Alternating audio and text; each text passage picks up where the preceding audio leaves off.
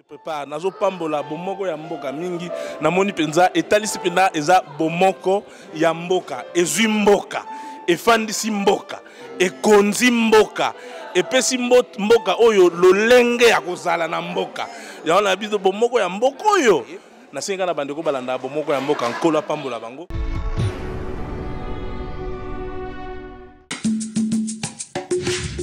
Bonsoir. Élection, la CENI à la recherche de moyens, s'exclame la prospérité. En croit la consoeur, le gouvernement et la CENI ont validé un plan de décaissement de fonds pour financer la révision du fichier électoral. Pour cette opération, la CENI a besoin d'environ 200 millions de dollars américains que le gouvernement s'est engagé à verser en 12 mensualités. En retour, la centrale électorale ne donne aucun chronogramme, aucune indication sur la manière dont elle entend identifier et enrôler les électeurs. Élection, machine lancée avec 300 millions de dollars américains, constate le maximum. Lobby hebdomadaire explique que la journée du 10 février 2016 sera marquée dans les annales de l'histoire de la RDC comme celle de la véritable mise en branle des cycles électoraux. C'est ce jour qu'a choisi la CENI pour annoncer 4 décisions importantes et déterminantes pour la suite du processus électoral. Déjà, la majorité présidentielle affûte ses armes, rapporte l'avenir. Le quotidien indique que lors d'une réunion organisée ce jeudi à Kingakati, le président Joseph Kabila, les têtes couronnées de la majorité présidentielle ont mis en l'élection des gouverneurs et vice-gouverneurs de 21 nouvelles provinces. Et ce, après l'élection des bureaux définitifs de différentes assemblées provinciales. Retour à la division.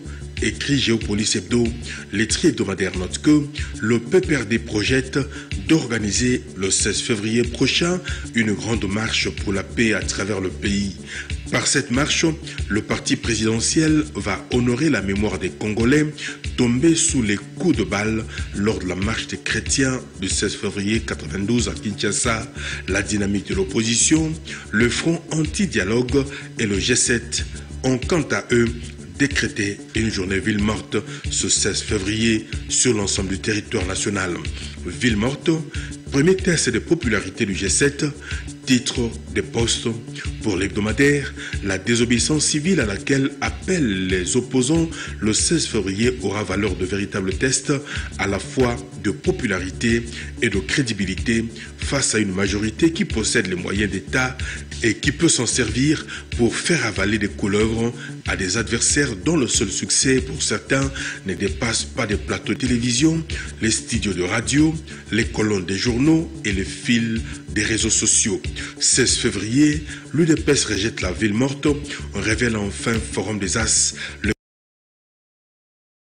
à la journée ville morte annoncée pour le 16 février à l'initiative de la dynamique de l'opposition, du G7 et du Front anti-dialogue. Pour Bruno Mavungu, ces derniers font une récupération politique alors que cette date est une affaire de la société civile. Au revoir.